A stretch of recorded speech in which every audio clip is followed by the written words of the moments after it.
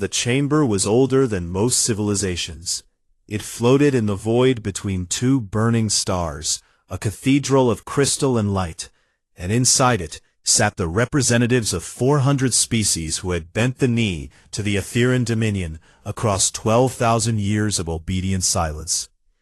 Supreme Hierarch Seth Valan stood at the center of it all, his insectoid body gleaming under the light of 100 floating orbs, his forearms folded behind his back, his black compound eyes scanning the rows of delegates who watched him with the careful attention of creatures who understood what power looked like and knew better than to challenge it.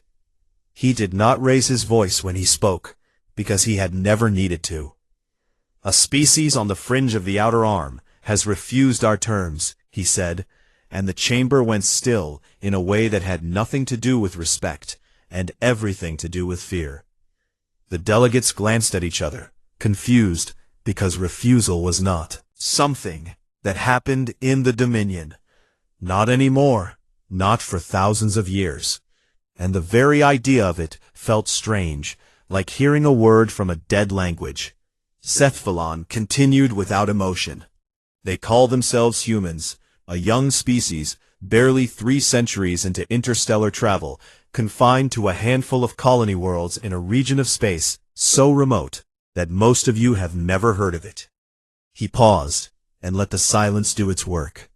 "We sent an envoy to offer them the standard terms of vassalage, tribute, integration, and protection under Dominion law, and they rejected every condition without negotiation." A ripple of disbelief passed through the conclave like wind through tall grass. "Worse," Seth Valan added, and now there was something cold and sharp in his voice. "They laughed at the envoy, laughed at him, and told him to leave their space before they removed him by force." The silence that followed was absolute. Species laughed at the Dominion, not the Vresi with their ancient warships, not the Kaldreth with their planet-sized hive minds, not even the Golrin, who had once controlled an empire of their own before the Dominion crushed them 6,000 years ago. And yet these humans, these insignificant creatures from the edge of nowhere, had laughed. Seth Valan raised one of his 4 arms and activated the conclave's central projector, filling the chamber with a rotating image of a small blue-green world orbited by a single gray moon.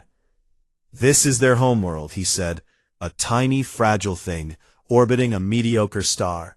And these are the creatures who believe they can defy an empire that has ruled a quarter of the galaxy since before their ancestors climbed down from the trees."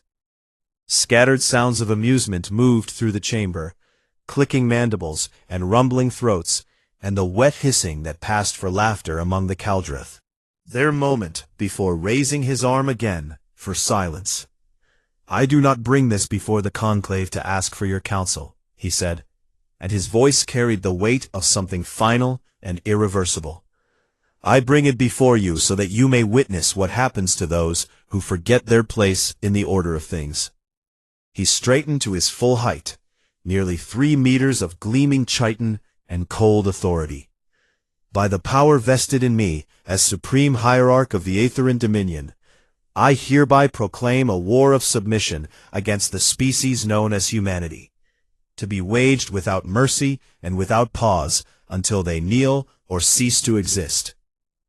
The chamber erupted in sound, not protest, but approval, because approval was the only safe response when the hierarch made a declaration. And every species in the room had learned that lesson long ago. 40,000 capital ships would mobilize within the cycle, the largest war fleet the Dominion had assembled in living memory. Memory, a force so overwhelming that the very idea of resistance against it seemed like madness.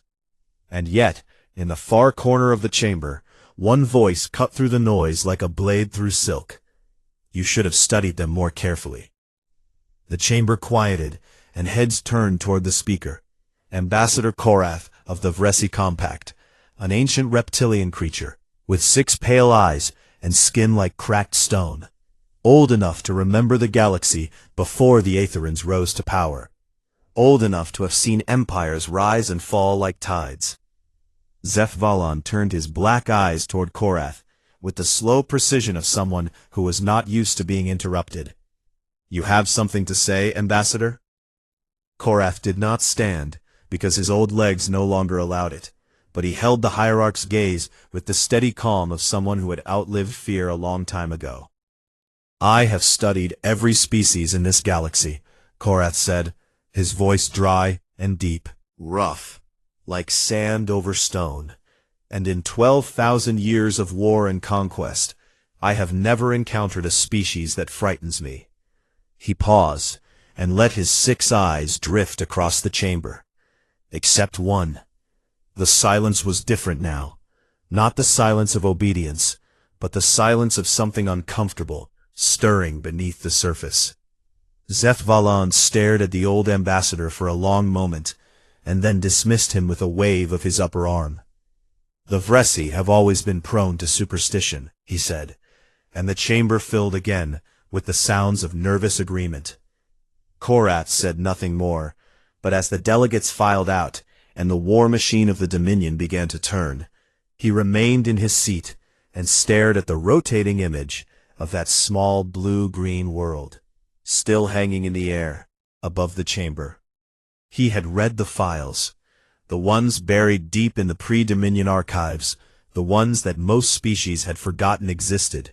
Found in those files kept him awake at night in a way that nothing had for centuries. These humans had not simply survived their world. They had conquered it, and they had done so not through superior biology or advanced technology, but through a relentless, terrifying refusal to stop fighting, even when fighting should have killed them. They had fought their predators and won, fought their environment and won, fought diseases that should have wiped them out and won, and when they ran out of external enemies, they turned on each other with a creativity and savagery that defied comprehension, inventing weapons and strategies and entire philosophies of destruction that no other species had ever imagined, because no other species had ever needed to. They were the only known civilization in the galaxy that had invented the concept of total war, the idea that everything and everyone was a valid target, that victory mattered more than survival, and that surrender was worse than death. Korath closed his 6 eyes and exhaled slowly. Far away, on the other side of the galaxy, deep beneath a mountain range on that small blue-green world, Admiral Lena Vasquez stood in a room full of screens and silence, surrounded by generals and strategists who watched the Dominion's broadcast with expressions that ranged from grim to something that almost looked like anticipation. The declaration of war played on the main screen, translated into every human language simultaneously, and when it finished, the room was quiet for exactly 4 seconds. Then Vasquez spoke. So they chose the hard way. She reached across the table and pressed her palm against a panel that glowed red beneath her touch, activating a protocol that had been designed in secret, refined over decades, and hidden so deeply in the military's infrastructure that fewer than 30 people in all of human civilization knew it existed. It was called Protocol Fenrir, after the great wolf of old mythology, the beast that was chained by the gods because they feared what it would become if it were ever set free. The chains had just come off. Vasquez looked at her generals, and in her eyes there was no fear, no hesitation, and no mercy, only the cold, patient fire of a species that had been fighting since the day it was born, and had never once learned how to stop. "Get everyone ready," she said. "We have work to do." Admiral Thyskel had fought in 9 wars across 40 years of loyal service to the Dominion, and in every single one of those wars, the outcome had been decided before the first shot was fired, because no species could stand against the full weight of the Othyran fleet, and every species in the galaxy knew it. So when his vanguard of 6,000 warships dropped out of hyperspace above the human colony world designated Elysium 4. He expected what he had always found: a desperate defense, a brief resistance, and then surrender. What he found instead was silence. The planet turned below them, green and blue and quiet, and not a single ship rose to meet them. Not a single weapon powered up. Not a single transmission crackled across the communication channels. Fiskel stood on the bridge of his flagship and stared at the tactical display, with all four of his eyes narrowed. "Scan the surface," he ordered. The scan came back clean. Structures, roads, agricultural zones, power grids, all intact, all functioning, and all completely empty. 600,000 humans had lived on Elysium 4, according to the Dominion's intelligence reports, and every single one of them was gone. The buildings stood with their doors open and their lights still on, as if the entire population had simply stood up and walked away in the middle of an ordinary day, leaving behind everything they owned without looking back. Fiskel felt something he had not felt in a very long time: a small, cold needle of uncertainty pressing against the base of his skull. But he pushed it aside because he was a soldier, and soldiers did not hesitate.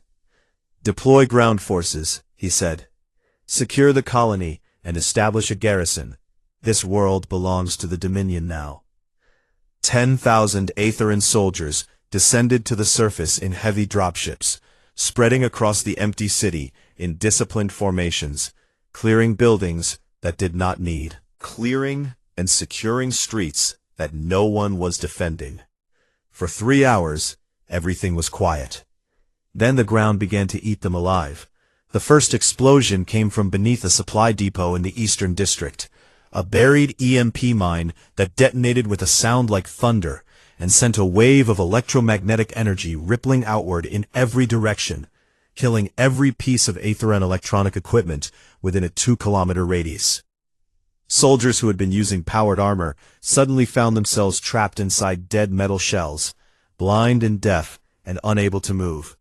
Communication arrays went dark, navigation systems failed, and in the chaos that followed, the buildings themselves began to collapse, not randomly, but in precise, controlled sequences, as if someone had spent months carefully placing charges in exactly the right locations, and had been waiting for exactly the right moment to press the button.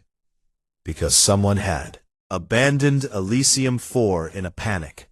They had prepared it like a trap, wiring every structure with explosives, burying mines beneath every road, poisoning every supply cache, and riddling the ground beneath the city with tunnels that connected to a network stretching hundreds of kilometers in every direction. And from those tunnels, the humans came. They moved in small teams of 4 or 5, fast, silent, and utterly ruthless, emerging from hidden openings behind Aetheran lines, striking at officers and communication hubs and fuel depots with precise, devastating violence, before vanishing back underground like ghosts. Fiskel received the reports on his bridge with growing disbelief. 17 officers killed in the first hour, 3 communication hubs destroyed, 2 fuel depots burning, and not a single human body recovered because the humans did not leave their dead behind. He made the decision that any commander in his position would make. "Pull our forces off the surface," he ordered, "and prepare orbital bombardment. We will burn them out." But as his dropships began their ascent, the space around his fleet came alive with fire. Thousands of objects, tiny, fast, and impossibly numerous, erupted from the asteroid belt that ringed the planet, swarming toward his warships, in clouds so thick they looked like living things. They were drones, autonomous weapons no larger than a human fist, each one carrying a small explosive charge and guided by a simple but effective intelligence that told it to find the weakest point on the nearest enemy ship and fly into it at maximum speed. They were not powerful enough to destroy a warship on their own, but there were thousands of them, and they did not stop coming. They clogged engine intakes, blinded sensor arrays, shattered antenna dishes, and detonated against shield generators in coordinated waves that hit the same spot over and over and over again. Shields failed and the drones poured through the gaps like water through cracks in a dam. Fiskell watched 3 of his cruisers die in the first 10 minutes, not destroyed by some overwhelming weapon, but eaten alive by 10,000 tiny machines that cost less to build than a single Aetherin missile. He ordered a retreat, and as his fleet pulled away from Elysium 4, burning and bleeding and missing nearly 2,000 ships, he understood something that no Aetherin commander had ever needed to understand before. The humans had never intended to hold Elysium 4. They had given it away on purpose, offered it like a gift, and turned it into a killing ground designed to swallow anyone foolish enough to accept it. They had traded space for blood, and the exchange rate was devastating. In his quarters that night, Fiskell sat alone and wrote his report to the Supreme Hierarch, and for the first time in his career, he struggled to find the words. Everything he had been trained to describe. Fleet engagements, defensive positions, tactical retreats. None of it applied to what he had just experienced. Finally he wrote, "They do not fight the way any species fights. They do not form lines. They do not defend territory. They do not seek decisive battle. They fight the way a disease kills, from the inside, and by the time you realize you are infected, it is already too late." He sent the report and stared at the wall of his quarters for a long time, and for the first time in 40 years of war, Admiral Fiskell was afraid. Far from the front lines, in his private chambers on the diplomatic station above Velquaris, Ambassador Korath read the same battle reports with 6 eyes that showed no surprise at all. He had spent the last several days pulling files from the deepest archives in the galaxy, records from before the Dominion, from the Age of Exploration, when scouts first cataloged the species of the Outer Arm, and moved on without a second thought, because none of them seemed like a threat. The file on humans was thin and dismissive, written by some long-dead surveyor who had glanced at the species and decided they were unremarkable. Korath had dug deeper. He had found their history, not the sanitized version, but the real one, and what he found made his old blood run cold. These creatures had spent their entire existence at war, not just with other species or other predators, but with themselves, endlessly and savagely, developing weapons and tactics and strategies of destruction, with a speed and creativity that defied every model of civilizational development the galaxy had ever produced. They had split the atom and used it to burn cities full of their own kind, had poisoned their own air and water in the pursuit of industrial power, had built machines designed to end all life on their own planet, and then sat with their fingers on the button for decades, daring each other to press it. And somehow, impossibly, they had survived all of it. Not because they were smart or careful or wise, but because underneath all the violence and the madness, there was something else, something hard and stubborn and absolutely unbreakable that refused to let them die, no matter how hard they tried to kill themselves. Korath closed the file and sat in the dark for a long time. Then he opened a secure channel to 3 other ambassadors, old allies, old friends, species who had suffered under the Dominion for centuries and dreamed of a freedom they had never been brave enough to reach for. "Watch the humans carefully," he told them, "and be ready, because the galaxy is about to change, and we need to decide which side of that change we want to be on." The Dominion did not panic after Elysium 4, because the Dominion did not know how to panic. It had ruled too long and conquered too many worlds to believe that a single defeat against an insignificant species could mean anything other than a temporary setback. Supreme Hierarch Zephalon read Fiskell's report, dismissed the admiral from command for incompetence, and ordered the full armada forward. 40,000 capital ships pouring through 3 hyperspace corridors into human space like a river of iron and fire. And for a while, it worked.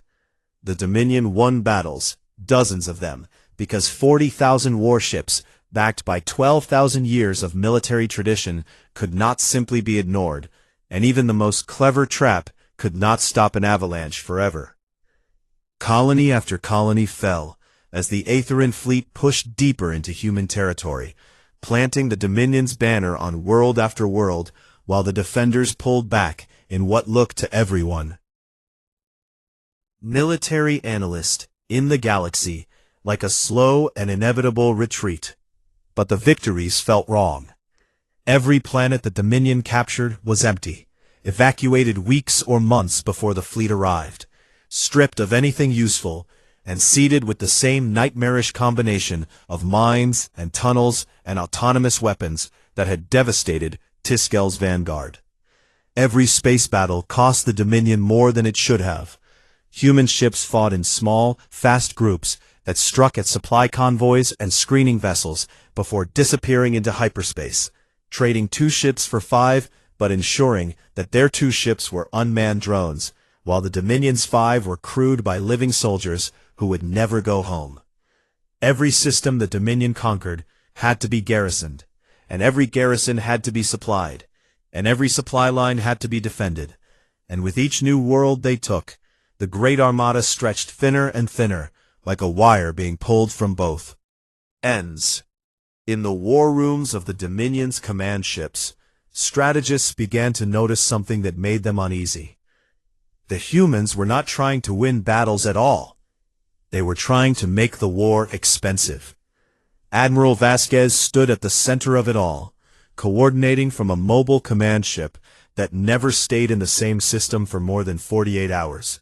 And the strategy she had built was not new. It was ancient, older than starships, older than computers, older than gunpowder.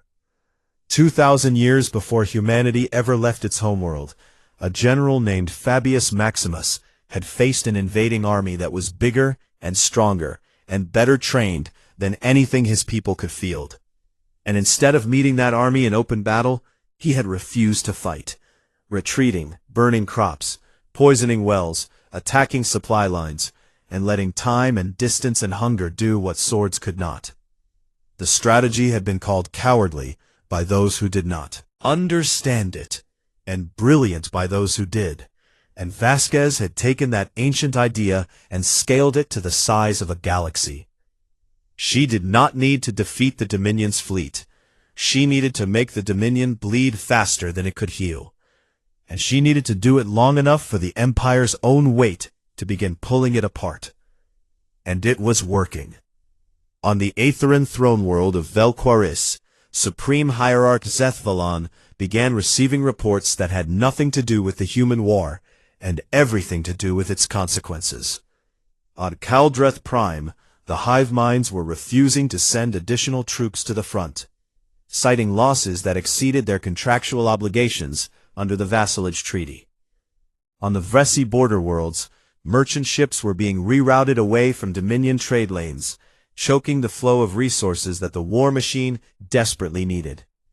On a dozen smaller worlds across the outer territories, vassal species who had been quiet and obedient for centuries were beginning to whisper dangerous words. Words like independence and resistance, and if the humans can do it, why can't we? The Dominion was not just fighting a war, it was watching the foundations of its empire begin to crack. Because the empire had always been held together, not by loyalty, but by fear. And fear only worked as long as the thing you feared seemed invincible. The humans were proving it was not. Deep in Dominion-occupied territory, on a world the humans had designated as a forward intelligence post before abandoning it, an Aetherin officer was captured during a tunnel ambush and brought before a human interrogator in a small underground room. The officer was proud and defiant, despite the restraints on his forearms and the bruise forming across the left side of his face where he had struggled during capture. He looked at the human sitting across from him, a small, soft-looking creature with no armor, no claws, no natural weapons of any kind, and smeared with the contempt of a species that had conquered galaxies.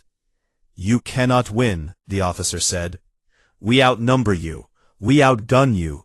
We have ruled this galaxy since before your species learned fire, and we will rule it long after you are forgotten." The human interrogator was a young woman named Captain Torres, and she listened to the speech with the patient expression of someone who had heard it before, and would probably hear it again. When the officer finished, she leaned forward and smiled, not cruelly, not with malice, but with the calm certainty of someone who knew something the other person did not. "That is the thing about fire," she said. "We did not just learn it, we fell in love with it." The officer stared at her, and for the first time felt something shift inside him, a crack in the certainty that had carried him through his entire career. Because the look in this small creature's eyes was not the look of someone who was losing, it was the look of someone who was waiting. And she was right to wait. Because 600 light-years behind the front lines, in the asteroid fields and gas clouds and dead systems that the Dominion had never bothered to survey, something was waking up. They called it the Prometheus Fleet. For 30 years, since long before the Dominion had even noticed humanity's existence, the United Terran Command had been building ships in secret, hollowing out asteroids and converting them into hidden shipyards where thousands of workers lived and labored in total silence, cut off from the rest of human civilization, dedicated to a single purpose. The ships they built were not beautiful. They were ugly, angular, brutal things, designed with no concern for elegance and every concern for destruction. Heavy armor, oversized weapons, engines that burned hot and fast and did not care about fuel efficiency, because they were not built to last, were built to break things. 8,000 warships hidden across 12 locations, connected by a secure communication network that the Dominion had never detected, because it did not use hyperspace signals, but instead relied on a chain of physical courier drones that carried encrypted data packets along routes so convoluted that intercepting them would have required knowing they existed in the first place. Admiral Vasquez gave the order on a Tuesday. It was not a dramatic moment. There was no speech, no rallying cry, no flag waving in the void. Just a single coded transmission sent simultaneously to 12 asteroid bases scattered across human space. The message was 4 words long. "Prometheus, you are free." The fleet launched from all 12 locations within the same hour, and their targets were not Dominion warships, but Dominion supply corridors, the 3 hyperspace lanes that connected the invading armada to the resources and reinforcements of the empire behind it. In a single coordinated strike that military historians would later describe as the most perfectly executed ambush in the history of interstellar warfare, the Prometheus fleet severed all 3 corridors simultaneously, destroying relay stations, mining hyperspace exit points, and establishing blockade positions that turned the lanes from highways into kill zones. The Dominion's Grand Armada, all 40,000 ships that remained operational after months of bleeding against human guerrilla tactics, was now stranded deep in enemy territory, cut off from fuel, food, ammunition, and reinforcement, surrounded on all sides by a species that had been planning this exact moment for longer than most of the Aetherian officers on those ships had been alive. The trap had taken 30 years to build and 30 seconds to close. On her command ship, Admiral Vasquez watched the tactical display update as confirmation signals arrived from each of the 12 Prometheus battle groups, and when the last one flickered green, she allowed herself a single slow breath. Then she opened a channel to every human ship in the fleet and said 5 words that would be remembered for as long as humans told stories about the stars. "Now we go to work." The dying started slowly, and then all at once. In the first week after the supply corridors were cut, the Dominion Armada held together through sheer discipline and the stubborn refusal of its commanders to accept what had happened. Because accepting it meant admitting that they had been outmaneuvered by a species they considered barely civilized. And that was a thought the Atharan military mind was simply not built to hold. By the second week, the fuel reserves on the smaller escort ships began running dry, and commanders faced the ugly arithmetic of deciding which vessels to abandon and which to keep operational. By the third week, food rationing had begun across the fleet, and the first fights broke out between Atharan crews and the vassal species soldiers, who had been conscripted to serve alongside them. Fights that were quickly suppressed but never truly stopped, because hunger has a way of turning allies into enemies faster than any weapon ever built. And through it all, the humans hunted.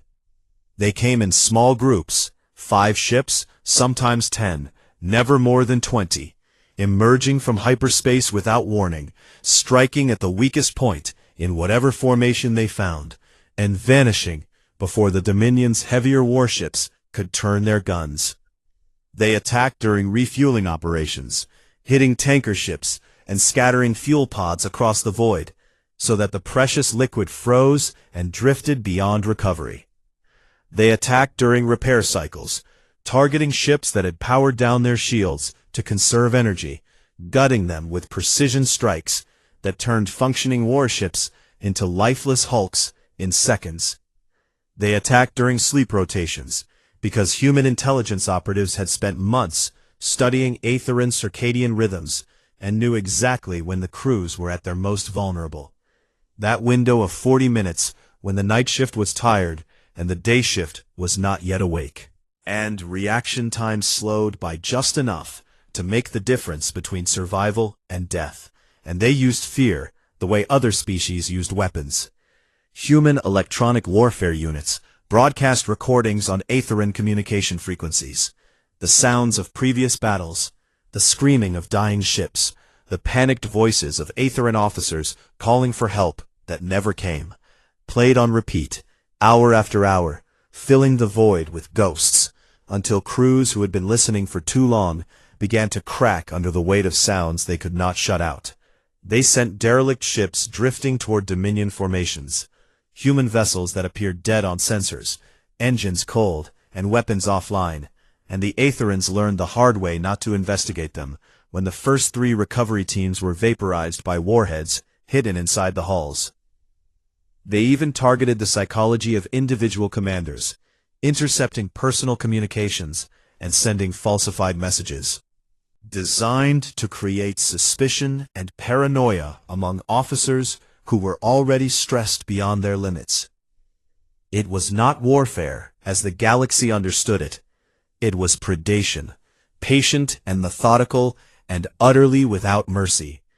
And the humans conducted it with a calm professionalism that was somehow more terrifying than any display of rage could have been. Admiral Vasquez directed it all from her mobile command ship, surrounded by screens that showed the positions of every Dominion vessel and every human strike group in real time. And she watched the numbers change with the detached focus of someone playing a game she had been studying her entire life.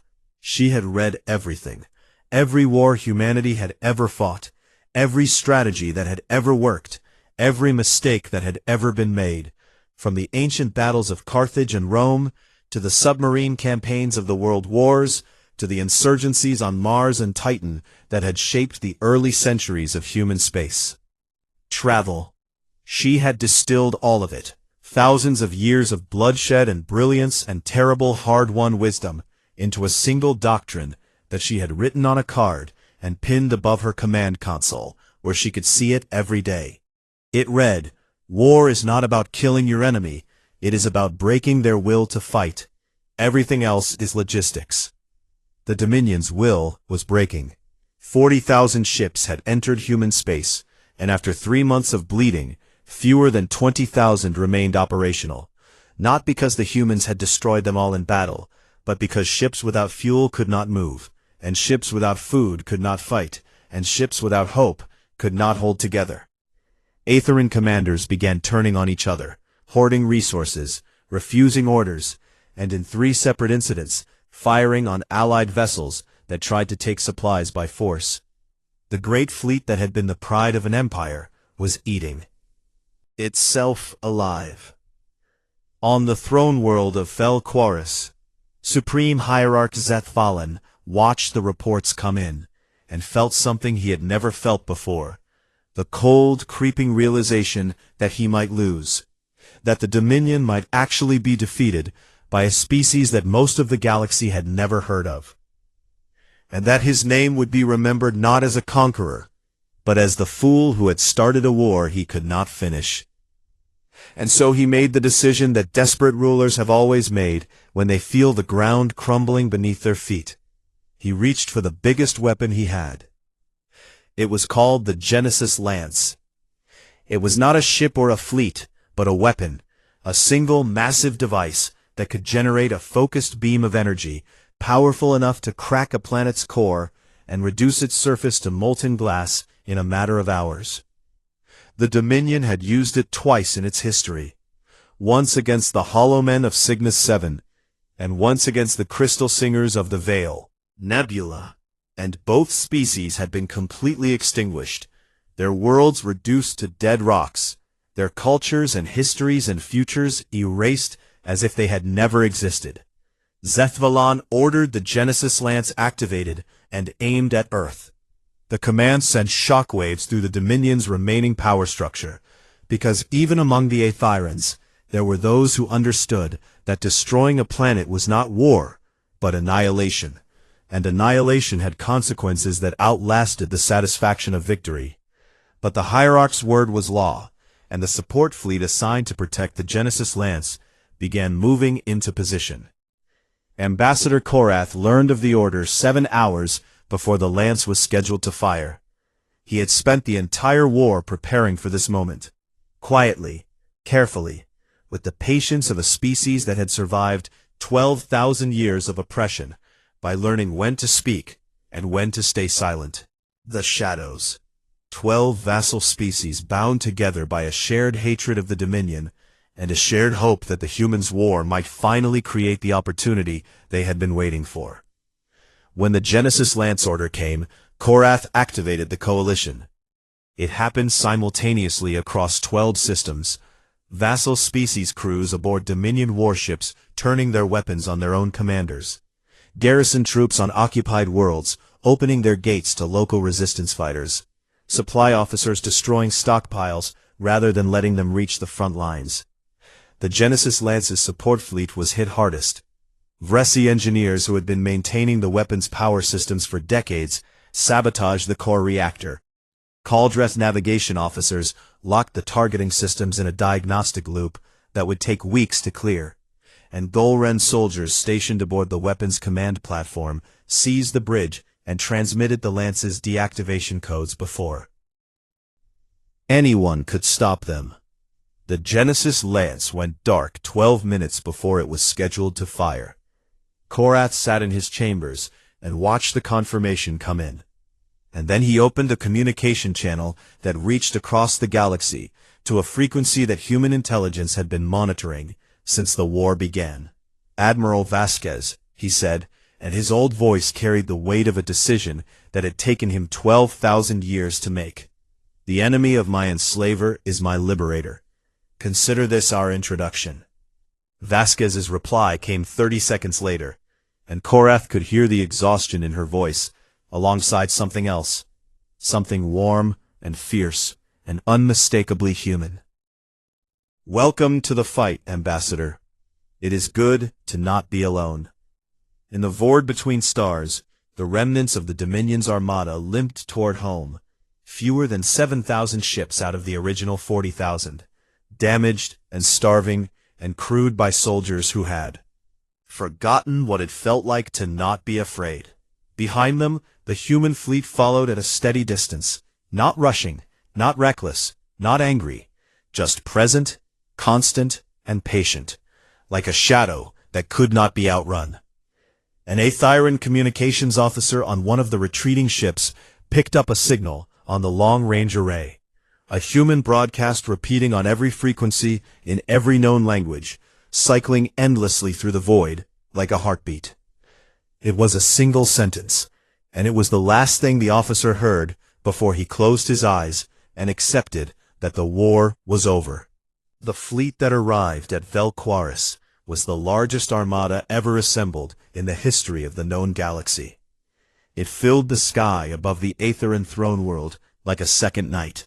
Human warships by the thousands, their hulls scarred and blackened from months of relentless combat, flanked by the vessels of Korath's coalition, ships from 12 species that had lived under the Dominion's boot for millennia and had finally found the courage to stand. The binary stars of Velquaris burned red and gold behind them, and the Aetheran Home Defense Fleet, once considered the most powerful force in the galaxy, looked small and tired against the armada that had come to meet it. There was no battle. Supreme Hierarch Zethvalin stood on the bridge of his command station and looked at the tactical display, and understood with the cold clarity of a mathematician that the numbers could not be argued with, that fighting would accomplish nothing except adding more dead to a war that had already consumed more lives than any conflict in Aetheran history. He opened a communication channel and requested a ceasefire, and his voice when he spoke was steady but empty in the way that voices become when the person behind them has already accepted something they cannot change. Admiral Vasquez accepted the ceasefire within the hour. The peace summit was held in the Grand Conclave, the same crystalline chamber orbiting between the binary stars where the war had been declared. The same seats filled with the same delegations, while many of those seats now held different faces because the original occupants had died in the conflict or been swept aside by the revolutions that had reshaped their worlds. The chamber was silent as the human delegation entered. Admiral Lena Vasquez walked at the front of the group, and every eye and lens and sensory organ in the room turned toward her with an attention that was not curiosity, but something deeper and more primal. The attention that every species pays to the most dangerous thing in the room. She was not what they expected. She was not tall or physically imposing or wrapped in the kind of ceremonial armor that the Aetherans wore to project strength. She was a 56-year-old woman of average height with gray hair pulled back in a simple knot and dark eyes that carried the weight of every decision she had made over the past year. Every life she had spent, every order she had given, knowing that people would die because of it.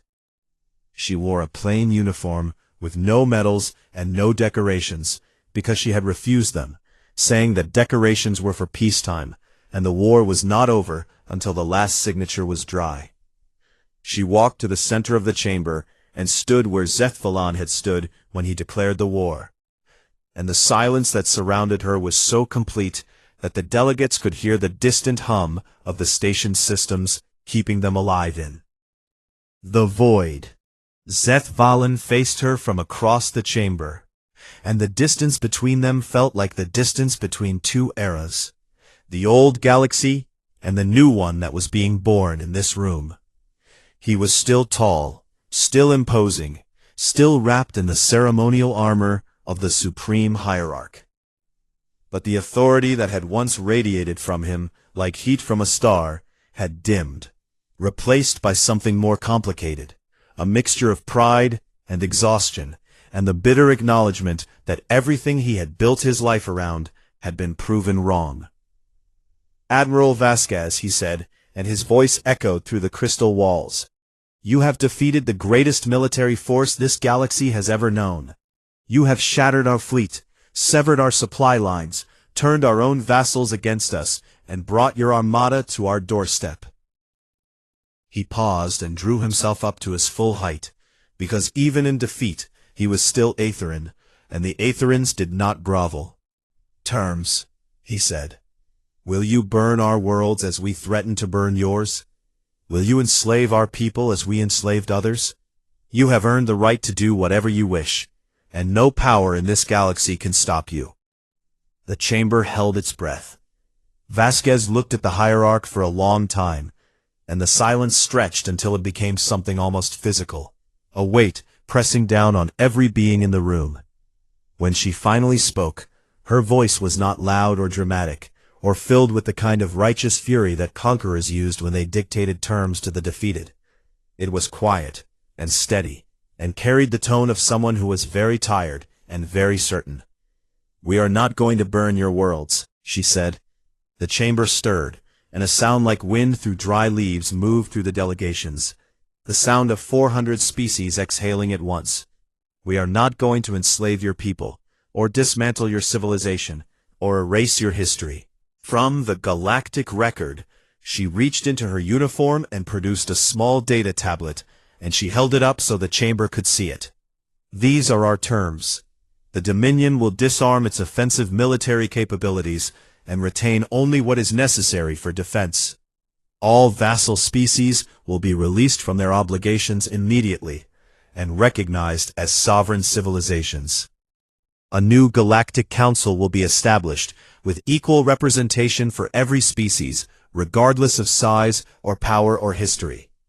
Individuals responsible for war crimes, including the attempted use of the Genesis Lance, will be tried by a joint tribunal, and reparations will be paid to the species that suffered most under Dominion rule, funded by the Dominion's own treasury over a period of 100 years.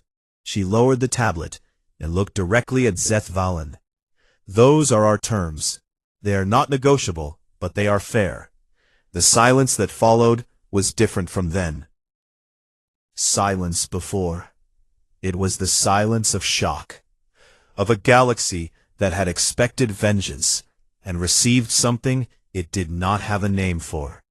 Zeth Valen stared at the human admiral, and for the first time since the war began, the mask of authority cracked, and what showed beneath it was not anger or defiance, but genuine confusion.